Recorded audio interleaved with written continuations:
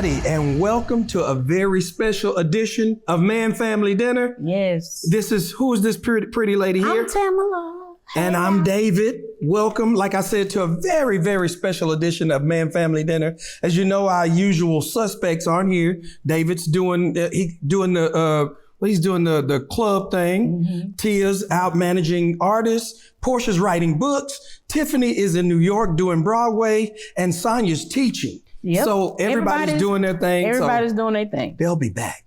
They'll be back. But today, in support of Veterans Day, we wanted to do a very, very, very special show.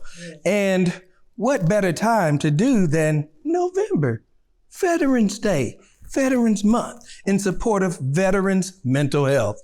And so I wanted to call some very special people to come and help us. Some very special people. Very special.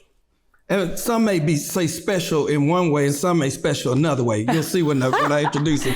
But they're family, and I want to introduce them to you. This is one of my favorite aunts, and she got swag, y'all. Yes, she got swag. Sergeant Major Paula Mann. Woo! And I know what y'all thinking. That's your aunt? That is. Yeah, I know what you're thinking. How many years? 44. Yeah, 44. I know what y'all thinking. She's tall. Yes, she is tall. Yeah, she's tall. That's what you're thinking. I know that's what you were thinking. And also one of my favorite cousins, LaCharlton Mann. All right. Mann Family Dinner. Thanks for having me. Mans with more mans. Mans with more mans. Exactly. We manned up. We are today. So like I was saying, I wanted to do this in support of Veterans Day, and you guys are veterans.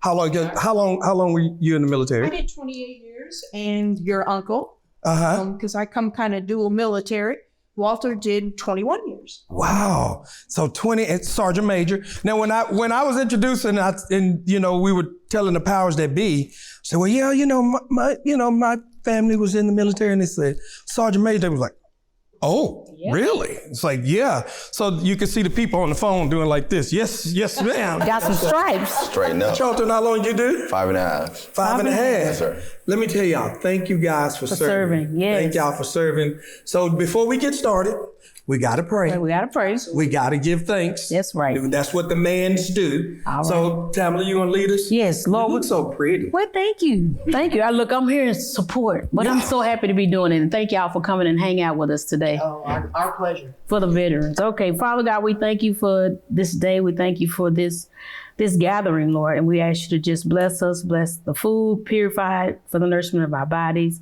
and just help this to help somebody, Lord God, and open a door for someone to bring encouragement and to lift up their spirits. In Jesus' name we pray, amen. Amen. And one of the traditions is, y'all, is you take your phones, you already turn them off or turn your ringer off, and we're going to put them in the bowl because right now we just going to have family time. So if you just pass mine, I'm going to pass it to you.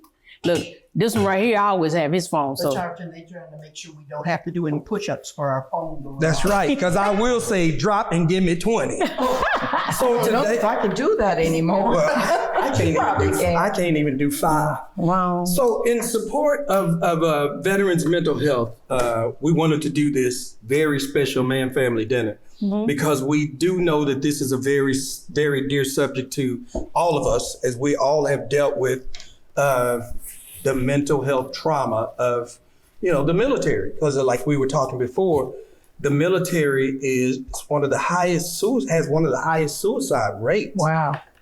In our population. And so, we were like, how can we help? What can we do to help? And I said, our platform, Mann Family Dinner, we have veterans, we have people that are experts on this. Yeah. And so I just said, I think we should just do a Mann Family Dinner. We love to eat, and the mans love to talk. Yes, we do. So we're here to eat and talk. So guess what? Eat up. All right. Do it. Sounds good. And look, Charlton is a chef too, so he cooks good, y'all. He cooks good. And we wanted to partner with the U.S. Department of Veterans Affairs and the Ad Council as part of their campaign to support mental health. It's called Don't Wait, Reach Out. Wow. So we know that oftentimes we just don't reach out and don't say anything. So that's what we're here to do. So I want to get the conversation started about why we're here, mental health in the military. I want to get that. So I wanted to bring a very special guest sent to us straight from the White House. Oh, wow. Okay. Yeah, so we do it big here on Man Family Dinner. What? Okay. We ain't playing, we the mans. in uniform. Yes, dude, we got to sit up when he comes. Sit up when he comes to the table. So sent straight from us to the White House. So we're going to bring in our special guest. So he's going to come in. He's flying in at the speed of sound, maybe the speed of turtle.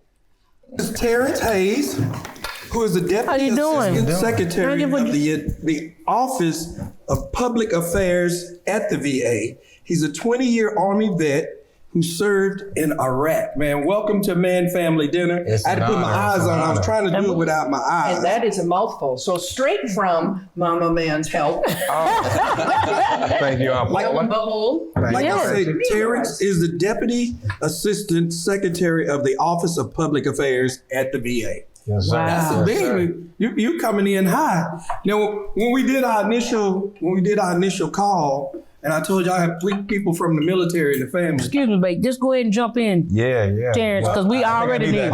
So put a phone. Put a phone, please. Thank you, Aunt Paula. As you see, we go quick here. Hey, no worries at all. I'm used to that. We into it. I wanted to invite you in because, we're going to have a conversation very open. And by the way, this conversation is a space that's a no judgment zone. Yes, sir. It's a free space to share what you want to share, because the ultimate goal for us in doing this is to help people. Absolutely. Because, there's a stigma in the military, and you guys can speak more to that than I can. There's a stigma to the military is, man, I'm not getting help. I don't want no help, and I don't need no help, because the Army built me that way. And so that's something that you can speak to, and just kind of tell them, you have 20 years in the military. You deployed to. Yeah, I joined in 1996. Oh. Kind of similar like LaCharlton. I knew I had to go somewhere. Mm-hmm. And so I wanted to kind of leave Florida, see the world, experience different things. And that was the quickest avenue to get out of there. Wow. So I joined, did 20 years. That's what kind of brought me to the DC area where I'm at right now. Okay. And retired in 2016. So now I'm at the Department of Veterans Affairs, trying to help other fellow veterans like my sister and brother across the table to ensure that we take care of one another. So I'm very excited to be there. So you were appointed in this position by who? I was appointed by the president, Joe Biden. So very humbled to take this job. To get that call. As we say in Texas, you pissing in tall cotton, son. Hey, trust me, you get that call out of the blue, and you got to stand a little straighter, and you can't say no. And again, to be able to take on that responsibility to serve as the spokesperson for the department, especially being the first Black person to do that job. Wow. It came with a lot of responsibility, and I wanted to ensure that I was able to come into the job to represent as well. I don't want to just kind of gloss over that. You was the first Black person to do that job? I was. Even Kudos to the brother. Yeah. Appreciate it. The first. Who hit that? Wait. The first. That's good. That's great, man. Because I don't want to just, just kind of whenever history's made, I think sometimes we just kind of, you and your modest, I was the first brother, and then went on to the next thing. No, that's a big thing. No, I appreciate that, and I take that responsibility very highly each and every day that I come to the job. So that's why having these discussions, you inviting me to your wonderful home means so much to me, and that's why we had to be here. So thank you so much for having me. Thank you. So I just want to kick it off, and I want to, ladies first, and feel free, like I told you guys, feel free to jump in at any time. I just wanted to start. I'm support. Yeah, ladies first. Well, you good support. I'm glad you're here. Support. I wanted to start off, Paula. I know being in the military 28 years, the transition, because I know we talked about the way the Army builds you up and gets you ready. They strip you down first before they build you up. And they get you ready, and you have 28 years in the military. How do you transition back to being a regular civilian or regular person? How does something like that affect you from a mental standpoint? That's $1 million question, David. It really is. Because as we said, when you're in the military, they build you up so that you have that team, you have that circle. And I know, Terence, one of the things, if I can call you Terence, one of the things that you are supporting is the village. Yes. You know, the fact that, and the Mann family wraps around the village as well. You've got that village to support you. Yeah, they're soldiers, they're platoons, they're commanders, the training. But then we get to the point, you know, where you're a little older and you're moving on to the next chapter of your life and you get out of the military and you've changed. Right. I'm sure. The family that you had at home that you left changed. Society changed. And the things that you experienced, whether from the medical side, the combat side, whatever your background is in the military. And I think what you're doing, well, whether it's David doing the outreach and you're doing from the VA, is telling people that it's okay to look for that circle, that village after you get out, because what you're returning to isn't the same as it was. Absolutely. You don't have those people to make sure you got a meal, to make sure you're got a roof over your head, even to deal with the new consequences of everyday life that we all have to deal with. That transition is hard. And I think what you guys are doing is a beginning, but one of the adages that Walter has is, you know, it's life is 10% of what you experience. 90% of it is how you deal with it. Wow. And just so you know, Walter is my uncle, her husband. Correct. Yeah, that's just my uncle. Who was military as well. And they've been married 40. Thank you both for your service. Yeah. So thank you. And I always wonder what to say. And I think this goes out to the people watching. What do you say when somebody says, thank you for your service? You have to kind of trip over those words. Well, Charlton, do you? I do, but I say thank you, but what are you thanking me for? Because you didn't have to. You didn't have to even take the initial charge to even go. You were going in your behalf, but you're also going in our behalf. And that protects some of our freedoms. Yes. To protect all of them. You guys go do what you do. Yes. We can have, whether it's freedom of speech, whether it's freedom of religion, whether all of that. Whatever it may be. Absolutely. You guys serving because if we didn't, I mean, it would be a whole different thing if no one was serving. Yeah. Well, and I've come up with, thank you for your support. Thank you for acknowledging. Now that's good. It's whatever took us there isn't necessarily what got us back out, but thank you for your support. But I also have to say thank you for that retirement check. That comes in kind of handy. You know what? But you deserve that after you've served. I mean, because I'm thinking of just the innocent, a bystander, the mental things that y'all have to deal with. I mean, and the stuff that you have to see. The things that you have to experience, and just think, not just from being like here on this side of the world, but on another side of the world that's not your normal circumstances, or even how you're living, how are you living over there is different. So I can, I watch a lot of movies like that. So it's like I can only experience it through the movies, but y'all experienced it live and on hand. So I really appreciate y'all taking the initial or saying yes to the call, because a lot of us, some of us couldn't do it. And then two, my prayer is, the reason I say thank you is because to keep you, like you say, once you get back, that your mind, that you can reset to, like you say, is to start over. So, Charlton, how was your transition from the life back into civilian life? For me, I think that's when the battle really begins, because when you're in the military, like Paula was saying, they break you down and build you back up. So during that time you're in whatever you serve, you're enjoying the ride, you're enjoying that wave. Either if it's in garrison or if it's in theater, you're enjoying your brothers and sisters that are there with you. For me, it's like, okay, my mindset was the same, but at the same time, it's just like, I have to try to change who I am and what I've been doing for the past few years of being in the military, of those deployments. They always say, once you go in, you're not coming back the same. And that holds to be true. That holds to be true. So with that being said. You would come back. Yes.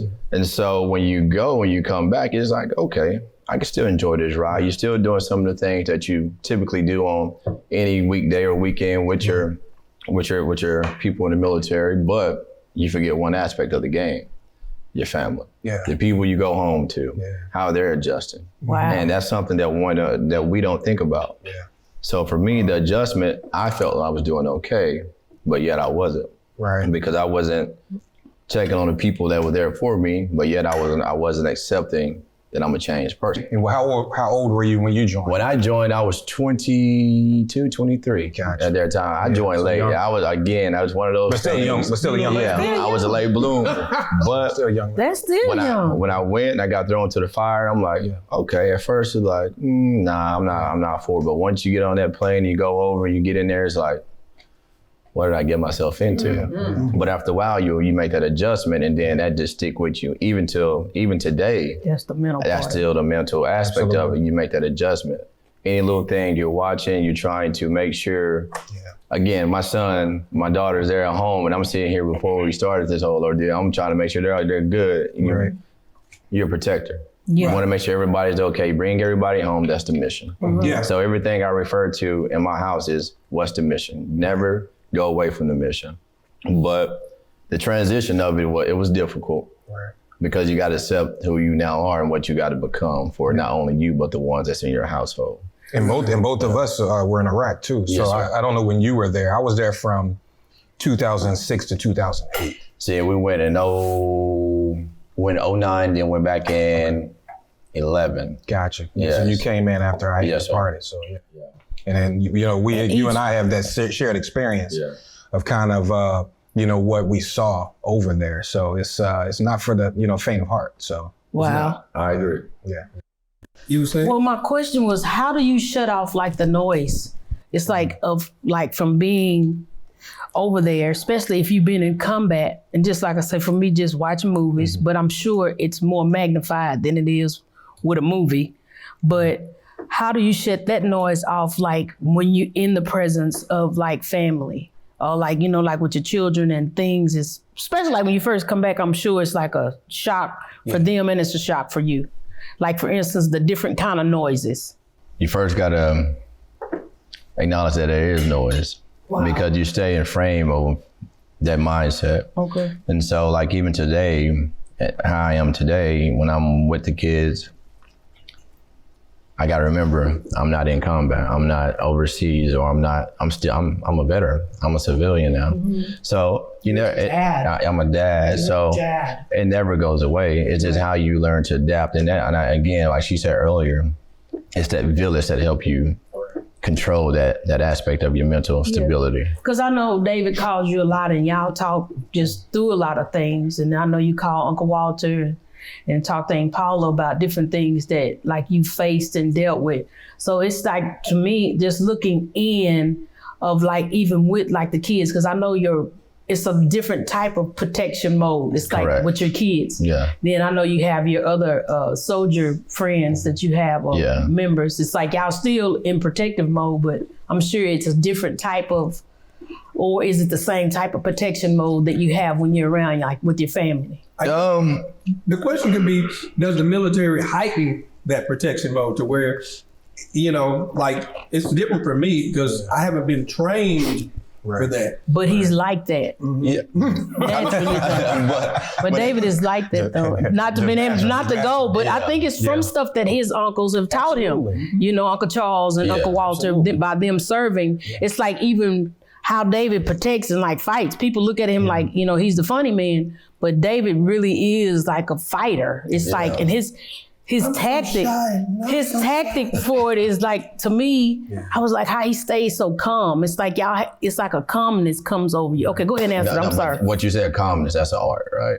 Because you got to first develop that way to keep that calm, because once that monster comes out, it comes out. Because it's over. He always says, whatever you do, don't panic. I'm like, well, shoot. Because as soon as you panic, he know it's go time. Like, all bets are off. I got to do what I have to do. Oh. So. You say, oh.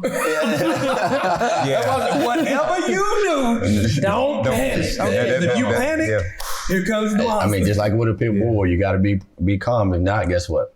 The pit bull's coming out of you, right? That's good advice. I know for me, when I returned for a few years, I just didn't talk about any of it. I just kind of like, that was just there. Really? And It's like you shut it out? Or, yeah, just kind of tried to shut it down. I didn't want to bring it home. I didn't want to bring it around my other family and friends. Okay. That kind of thing. But, later on, I realized that in order for me to properly transition from that stage or that chapter, It's like it probably was best to share some of those things with folks who may not have experienced that. Yeah. I think sometimes we trick ourselves into thinking, well, LaCharlton and I only understand that. So, I can talk to him about that, or I can talk to Paula about my experience, but I may not be able to talk to you. Because I didn't go, because I wasn't there. Right, but what I learned through, and this is just me, my journey, is that I wanted to learn how to better communicate with my family and friends, and I needed to be open with them. And I'll never forget, I had a conversation with a fellow soldier who told me that, maybe I should consider counseling. Mm-hmm. And, I came from the South. I grew up in the Southern Baptist Church.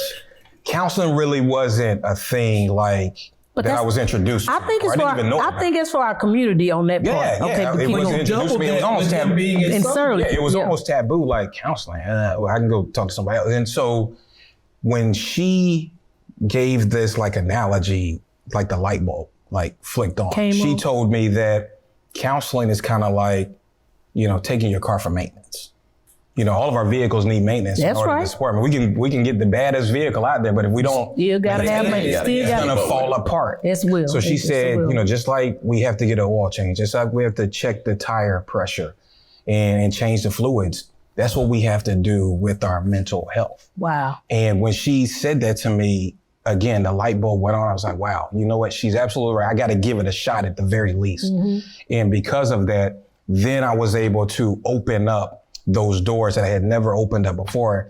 And the old me returned. The me before the military actually returned. By opening up those doors and having those chats with my counselor. Now let me ask you this question. I'd interrupt. No, how long did it take for you to find the right person? That's critical. So I think that varies per person. Yeah. For me, I think I ended up seeing two people. So the first person, I think, just wasn't a good fit for me. Mm-hmm. I'm not saying that person wasn't professional, not saying that person wasn't an expert, but it just wasn't a fit for what I was looking for. So I always tell fellow individuals to look for what works best for you. Now don't just go to the first individual. It may not be the right fit. And so find what's best for you. So I hear everybody say, well, what we were going through in the military, what we were going through. I just, for those of us that don't know, because I don't know. I just don't know. What were some of the things that you guys were going through? Because the way you see it on TV, you guys go over there, you're deployed, you see the MASH story, the MASH TV and all that stuff. But what are some of the things that you guys were going through? Explain to us. I can be very transparent. I was actually married before, and I went to Iraq, and my daughter, when I left, she was 2. I came back, she was 4.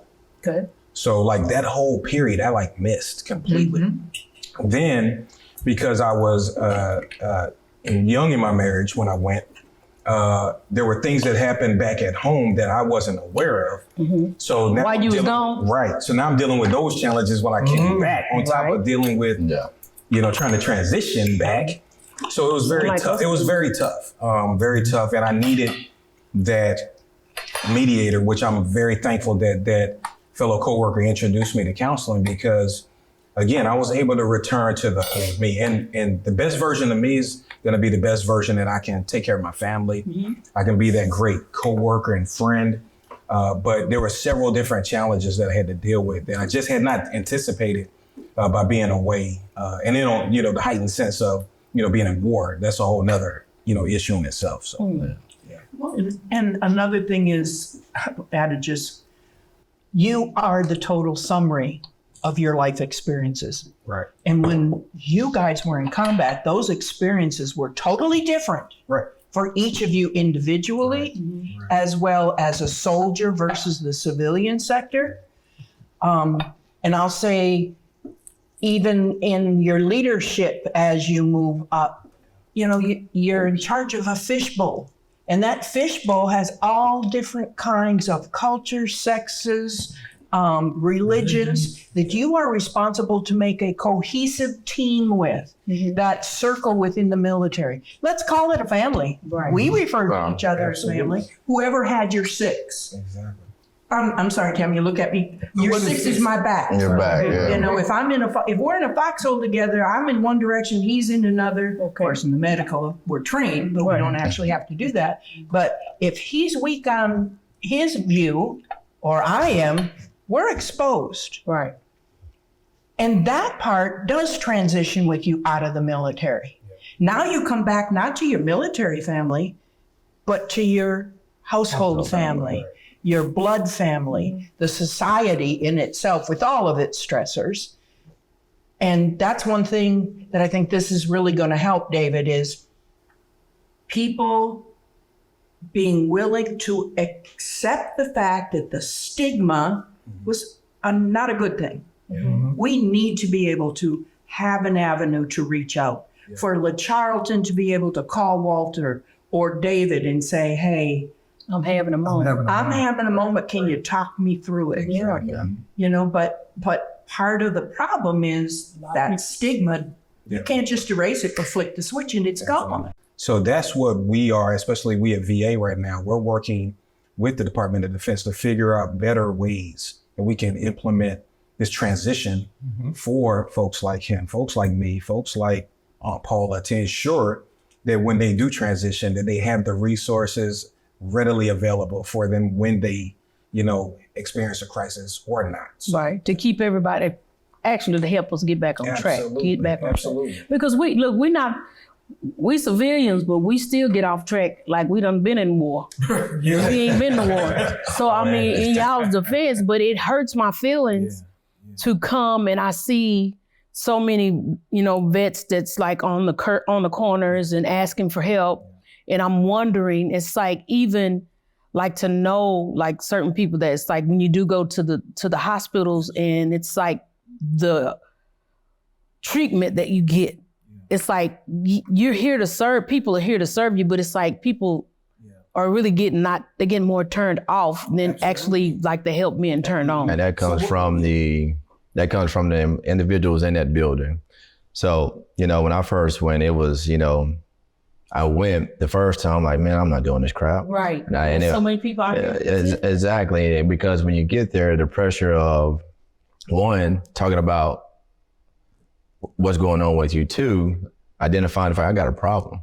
Right. So that's when the village comes along. And then if you have someone, second time I went around, I had someone go with me. Okay. I had Josh's mom go with me and we're sitting there and I had a little old lady and she's just pressure. And I'm looking and Kita's looking at me and I'm looking. I said, Kita, I don't know if I can do this. Yeah. Well, I'm here to get myself back right. But she wanted to continue to press about childhood issues. Man, I'm not talking about childhood issues. I'm talking about the military. Right. Right. But the thing is, if it wasn't for Kita, I would have never been able to make it out of that situation in a peaceful manner because now I'm triggered. That was your feeling. Because now I'm triggered, and now I'm ready to do something I shouldn't be doing to this lady that's pressuring me to get outside of myself. Right. And Kita was like, nope, we go. Okay. We gotta go right now. Right. Because again, and that's what turned a lot of veterans off. Because it looks like that person will see that. Yeah. Like you say, I'm not here for the childhood because my childhood was not what brought this on. The military what brought this on. And for a person not to see that. So I think that's where you become very instrumental in this, because there are people that will see this that will never go to counseling, and they wasn't going to go to counseling, but they may see this and say, wow, that's me. And so I think that's why it's so important what you guys are doing and the resources that you guys are providing to help those people like, the veterans that say, I'm not going to counseling, I want to do it, and not to give up and not to quit. And that's why it takes a village. We're part of the village now. And I think a good question, if I could jump in, is if we could, like for the viewers, is to say what to ask for. Because sometimes what happens is, even for me, sometimes he gets to talking and I was talking to the guys that's doing the camera. It's like I see something, then it sparks. But if something we could say what to ask for, it's like, okay, like you just said, I don't need you to talk to me about my childhood because that's not my issue. My issue is what I saw and what I went through out here on the field. So that's the area that I'm having my difficulty in. And it's like, to me, a lot of times I feel like we're not really instructed or know how to get to, how to ask the question of, this is where I'm at. This is where I'm at. Go ahead. And to get, if I may, and to get to the stage where they can get help. Because I'm going to reference you for a minute, LaCharlton. When the phone calls were made to our immediate village and somebody needed help, we didn't need at that time the stigma attached to it. We didn't need somebody to fix it for him or her. Yeah. We needed to have empathy. Correct. We needed to listen because truthfully, we've all been to counseling, right? Your counselors don't tell you what you need to think. They make you talk through things so that you solve it yourself, or at least bring it to the surface enough to have impact. Okay. So once you get that empathy, I believe we also need the commitment. And when that person is on the edge, and usually that's when you get the phone call. They're way out there on the edge. Mm-hmm. If you haven't already got the empathy, got to provide it, and you have to make a commitment of time and proof. I'm not just talking a story. Mm-hmm. I'm saying, give me, what's the country western song? Give me 5 minutes to fall in love. I've seen the advertisements, just give me 5 minutes to love you. I'm going to increase upon that. Give me 7 days of commitment to talk to you, to talk through this. Mm-hmm. Oh, by the way, behind the scenes, I'm buying time. Where can I go for resources? Because I'm not an expert. Right. I just want to know that I got my fingers on the person that needs some help. How do we steer them? Because that one counselor, that one primary care physician might not be the right person. Yeah. And that's what's important, is that we find what fits better for us, and not just what makes us feel comfortable, but we got to find the fit for us. But sometimes we kick, and the first time somebody says something, I'm out. But sometimes it's going to take that. I know for me, counseling was a little uncomfortable in my work. A little uncomfortable? Yeah, it was. I was like, am I paying you to tell me stuff like this? I'm going to stop paying you and stop coming. But once I really looked in the mirror, it was just like, wow, okay, I see me. So can I ask a question? What, in all this, so you wind up going to counseling, what made you want to go and get help? What was that thing that said? That initial impact. What was that? Initial impact for me was December 2022. I had one of my soldiers' parents contact me and was like, hey, I blame you for what happened to my son. I'm like, wait, whoa, like, chill out. So at that time, my family is in Lubbock, and me and Josh, we're sitting there. Well, Josh was in Lubbock, and I'm sitting there because I'm for basketball. And I'm sitting like, wait a minute. I did everything I could do to bring this kid home. But again, did I do enough when he came home to making sure he was okay?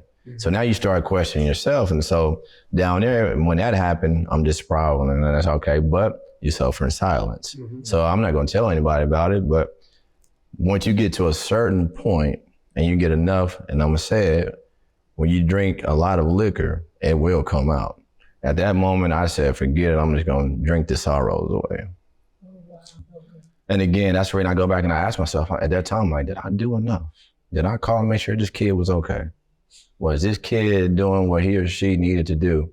And so I'm sitting there, I'm like, man, at that moment I went to the liquor store and said, okay, here we go. Now where I was climbing, that's a deep dive. Wow. Now here we go. It got bad and I jumped on a plane. I went to Lubbock because I needed to be around somebody. And then that's when I reached out and I said, hey man, I need y'all to come down here at that time. Lubbock. So it was a fight. We talked. Yeah, it was a fight. And part of that fight, if I may, LaCharlton, is his immediate circle having to realize that maybe there was something we weren't doing You know, that mother dealt with her coping mechanism, Right. which was reaching out, maybe I won't say uneducated, but uninformed of what had happened and what she was probably feeling guilty. She had to cope in her way. Yeah. La Charlton found a coping mechanism that I have to say is very familiar to me as well. You know, some people go into sports, you know, and go into athletics. Some people go to alcohol. Some people go to drugs.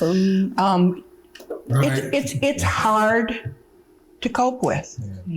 And I'm going to speak for a minute.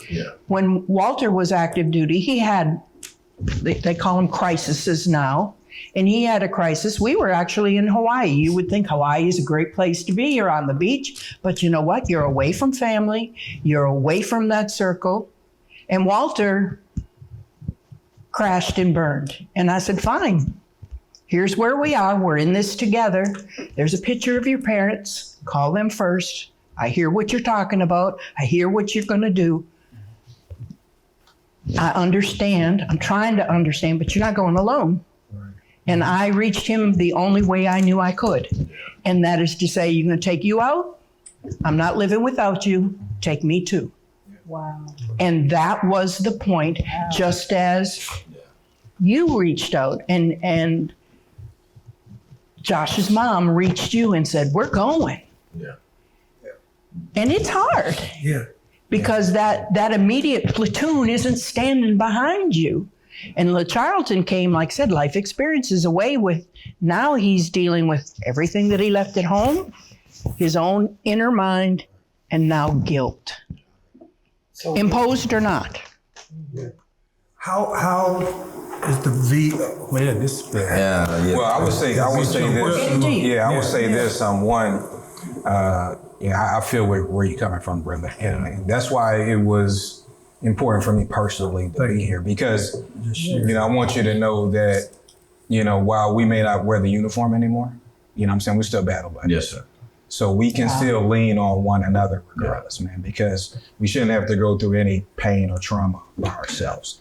And that's the wonderful thing about what we're doing now at VA, is that we've really made it, I guess, easier for our veterans and their survivors or their family members, if they are in a crisis or in a situation, to get that help and those resources quicker than in the past. And we've even stepped it up now to where if a veteran is in a crisis, they don't even have to go to a VA facility to get the care they need right then and there. They can go to any emergency room down the street, the nearest one or whatever, and don't have to worry about a bill or any of those unnecessary things that they don't need to worry about. They need to be worried about It hadn't been that way in times past? It wasn't. It wasn't that way. They would have to wait sometimes. And you know what waiting means. We're losing people. That's right. So now what we've done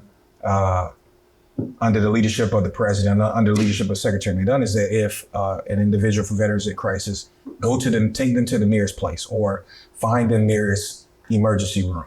Let those professionals take care of them. They don't have to worry about the financial part. We will pay for all of that, because at the end of the day, that's how we're gonna defeat things like suicide and battling these mental health conditions that some of us may have. But you said a key point, and I just, from the other side of my fence, as a family member, you said, take them to. Because 9 chances out of 10, the 2 circumstances that we just talked about, the individual wasn't going to go by themselves. Part of that circle has to be able to reach out, and we need that open exposure to know you're not an island. That's what this is. That's what I hope we're that's doing. what we want to provide those reresources to those members of the family, because a lot of times people don't know what to do. Can I ask almost just a question? Yeah. Why? Why won't they go get help? And I know the answer. I'm just wanting to, in case somebody that's just out there, this is worldwide. There's many reasons for that. I mean, I'll be upfront with you. There's sometimes people have asked for help from VA and not gotten it, or not gotten the proper help, and they've been turned away. And those are things that we are fixing as we speak, to ensure that any time an individual comes to us for that help, they get it right then and there. So we're making those changes. Is this across the country? This is across the country. Okay, because across the country. Let me just while we're That's one reason. Then of course, That's true. I believe sometimes that. I'm just too prideful to go get that help. There you go. You know what I'm saying? Yeah, that's what I was going to do. I'm not in the place to receive the help. Yeah. So there's various different reasons why folks may not be able to get the help that they need. That part. Is that the case? Yeah, because as going through that transition, you asked me what made you go to get counseling and seek help. During that time frame, I didn't seek help. I reached my village, but I didn't seek the help that I needed medically, if you will. Mm-hmm. So a few months go past, and I'm like, okay, living silent. Like just muster, because again, my pride won't let it get the best of you. I can't continue to let outsiders know that I'm hurting, because like I always tell myself, never let people see that you're hurting. Mm-hmm. My whole theory on that has changed completely from where I am today. But the military taught you that. Yeah, exactly. That was a coping mechanism. Yes. You know, you look at what, 6 foot? 6'6" standing there, and he has to turn, and he is a teddy bear. There you go. Every day of the week. You know, how do you look at this man standing 6'4" in front of you and say, it's okay to hurt. It's okay to have your life experiences surface to the point where you can love as much as you hate, as much as you're committed, you can love and commit in those same avenues, but you gotta wanna do it. Yes. And that's where people, I hope that we can get to and say, it's okay. 6'4" can do it. The rich can do it. The people out on the street corner. That's good. What I want you to know, and you know, Paula knows that we hear you. Yeah. We seriously do. And I didn't understand that until I got checked in. Right, and especially, again, under my boss, Secretary McDonough, we have made mass hirings to ensure that we have the proper therapists on deck for when you may have that crisis to call, or to schedule those routine appointments to get the care that you need. So we're looking at every avenue. We're recruiting at record levels to ensure that we have the best physicians on deck for our people, because we owe that to them. They sacrifice so much for our country, and it's our commitment now to return that favor back to them when they need the care that they require. May I add right there? So when I say across the country, to what you just said, are they making sure that we have somebody on deck, like in case if someone from the veteran go to emergency room, absolutely, someone is on deck to cover that.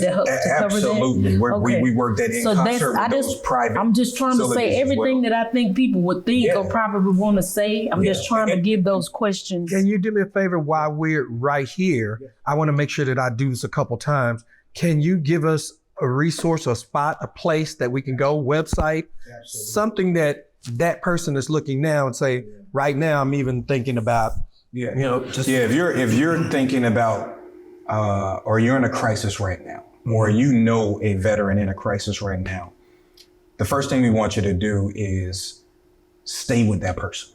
Yeah. But then the second thing we want you to do is dial 988 and press the number 1. Once you dial 988 and you press the number 1, you're immediately connected to the Veteran Crisis Line. A real live person, not a recording, not some bot or anything like that. A real live person is going to answer that call within 5 to 7 seconds. And they're going to be able to basically route you to where you need to go. That's good. To take care of the situation immediately. So that's the big thing right now. I just want people to understand that crisis line is fully available 24/7. 365 days a year. Or go to va.gov/reach. And to any veteran right now, don't wait, reach out. Don't wait, reach out. What can we do for that person that's watching this? What can we do to, I don't want to say inspire them to go and get help, or to encourage them to go and get help? I think she brought up something earlier. Says, hey, when you see a veteran, thank them. I think the most important thing when you see a veteran, the question is, hey, how are you doing today? And me. Like, how are you doing today? And when you ask that question, be prepared for that veteran to say, hey, I'm really struggling. Like, accept the fact that they're human and they're struggling. to get through the day-to-day life, because And take away it's the every stigma day. that take away that stigma, like people like me that have like, oh, Yeah. well, what? And listen, just listen and don't discredit their experience. That's what we're doing Yeah. at VA. Is that, if LaCharlton was to call me and say, hey, Terrence, I'm dealing with X. I'm not going to try to solve his problem for him. I need to listen to him. yes. And I need to not discredit his experience, because I need to acknowledge his experience. And then we can then talk through the problem together or determine what resources may be available for him. But never discredit the experience. I think that's a lot of times what a lot of us try to do, because we're fixers. We want to try to immediately fix something as opposed to listen to the individuals. And 988. 988, press 1. And press 1. Immediately and come to I think us. about the, I want to say infomercial is what I'm going to call it, of give me 5 minutes to love you. You've made this decision. I got you, but give me 5 minutes to love you. And oh, by the way, 988 takes 5 to 6 seconds. And maybe that person on the phone can say something that I'm too close to say. Right. And it's hard to bare your heart in those eyes of loving individuals and admit that I need help. I need help. Right. I can tell, even just from my experience, because I share with people, for me, as a comedian that makes America laugh, I was just simply embarrassed, prideful. I'm Superman. I got this magic cape, and you combine that with military training. I can imagine. So I guess my question to y'all is, how do I get that person to sit down with counseling? Because we know how hard. Yeah, I know you had to. We know how. I know this dude was like. Not only would he say no, he's gonna say hell no. I think you're doing that. Again, by having these open conversations in this type of forum and sharing that, it's gonna open up so many avenues for other people who may, have a question or maybe on the brink of, oh, I thought about counseling. Maybe I'll do it now, because I didn't know that, David sought counseling. I didn't know that the spokesperson for the Department of Veterans Affairs was seeing a counselor.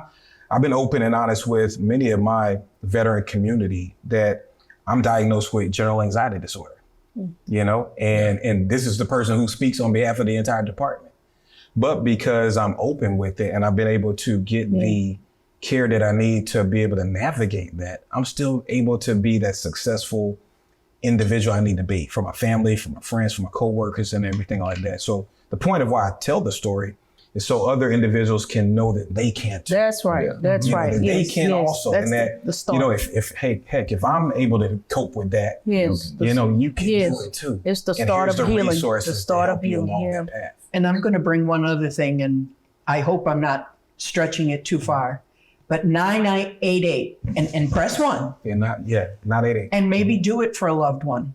Yeah. But as a family member, and like I said, dealing with initial immediate circles, I can't do that because they're going to be mad at me. Yeah. Who am I to, because these people may get inpatient counseling and, they're going to be mad at me, so I can't call. But I'm going to turn that around and say, if you can flip the switch, dial 988 1, if it even ends up with people emergency response, that person has the possibility to be there tomorrow for you to be upset with. Exactly. I'd rather them be mad at me, Yes. but they're here. But they're here. Is that would have been the case? Well, Because you would have been mad. All of us would have got cussed out. I would have been mad, but okay, to that situation, would you? Because you fast forward and that time came where I tried to take my own life, and you got your son looking at you like, If the resources were available to your son, Josh would have did it. He would have, and no, Josh did it. Josh did Josh it. did Josh it. did it. So Aren't you happy and proud? I am, because when you go back and I tell you, when you sit in that room, the worst thing for a veteran right now is to be trapped in their head. Like that's the worst thing that can happen. And when they take you to those facilities for you to get the proper attention that you need, you have nothing but time to sit there and just think. you have no outlet, no escape. You can't go to a bar. You can't go. The things that Whatever your outlet is. exactly. Whatever your coping method is, you have no access to it. So you got to sit in it. That was one of the phrases that when the people came up to me and said, "Yeah, you got to sit in it. You got to really work it out within yourself." And let me tell you, I was miserable. I'm sure. I was miserable. Is it the loneliness? It's the loneliness, but yet you got to deal with the things that are playing in your head that you try to cancel out. Like you said earlier, being honest with you. There you go. Being honest with you. You got to look in the mirror and say, I got to fix me. You got to face to face. And if I don't fix me, then exactly. How am I going to help everybody else get to where they need to get? So I had to sit in it. And then at that moment, once I was able to seek that attention and accept the help, then I said, okay, let's go. Can I say, I talked to him before and I talked to him after. And I can tell you, I'm so proud of you. Dude. Yeah, absolutely. When I tell you I am so proud of the person, you've always been just a great dude. But can I tell you how proud I am of you, even after that day, just who you become. Like, it's like this, I don't want to say different person, because you always just this good guy, but just who you are now in your willingness to be open and vulnerable and transparent. Because it used to be like, I ain't doing that. Hell no, they ain't doing that. I don't care what y'all say, I ain't doing that. Now it's just like, it's his eyes just came open. I'll give it a try. That your eyes will come open. Hey, if that's gonna help, I'll give it a try. And I think you doing this, man, you just don't know. Even sitting here today, sitting here, and I know how this hard is it was for you to sit testimony. here. Yes. Trust me, I know it took me a month courting him. Hey, cuz, we doing this thing for veterans, and it's like, so it's like, but just you being here for me. Yes. I'm just proud. I'm just happy for you to even be in this space. But just if I could jump in there, the walls that you're tearing down even today. Yes. So many walls in your life are falling today. Yes, just like the walls of Jericho. Think just how thick your mind has been for the things that you face. All these things, by us confessing with our mouths and it coming out of your mouth, it releases your head and your heart. Yes, ma'am. And not to mention, the reason that I was able to get him here is I promised him that he would go on a date with me. No. Gotta get your line. But no, I want to say thank you because you all give me your ears, no matter what time, no matter what, the day, night. Like my circle generally gave me that platform to say, if you're struggling, call me. Mm-hmm. We're gonna pick up. We're struggling. Yeah, right. Exactly. But at the same time, I got 4 kids that are dependent on me to see this through. Right. And so I was cloudy mentally, and now I'm like, okay, they need me. Now, if that would have took place, now I'll put them in the same situation. Right. Yeah. Mm-hmm. I put them in the same situation, and then that's a curse that continues because I was afraid and I was embarrassed, and my pride got the best of me, and I couldn't say, I need help. I need help. I need help. Well, and we talk about life circumstances building the person you are today. Yeah. And I'm going to take you out of the picture for a second because Josh watched you. Yes. Josh had 2 different roads he could have gone down at, depending on the circumstances that could have transpired. And just, David, as you said, and I'm saying this more for the family members, when you can impact somebody coming through that because they love you or because they dialed 988.1 and it put number 1 and had that impact, that is now their life circumstance. Yeah. And Josh and the girls and other family members, I know it made me a lot stronger when I went through mine, and I bet you your wife the same way. Wife, children, brothers, uncles, whoever. Right. 988 and the number 1, and being strong enough to be in somebody's circle, to have that empathy and again, commitment. that says, I value you. I love you. I am not the same person without you. And that's also recognized, and even though we're veterans, your family, the people in your household, they're veterans as well. Yes, they are. Like, so, yeah, because as you transition, you're not the only one transitioning to who you want to become. They also got to transition to what they're now getting and what they're trying to get you back to. So Absolutely.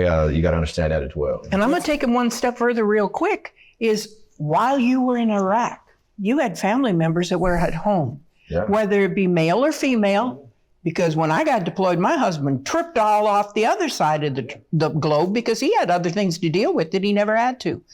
Those family members that are at home that are under pressure points and crisis, are they available to 988 #1 as well? Yes, I mean, they can call 988, period. So 988 press 1 is for veterans, but 988 in general across the country, anybody can call. So that's us taking the initial step to help that person. Yes. It's like that. So, but it's good for all of us to know. There need to be a commercial. Absolutely. So let me ask you a question.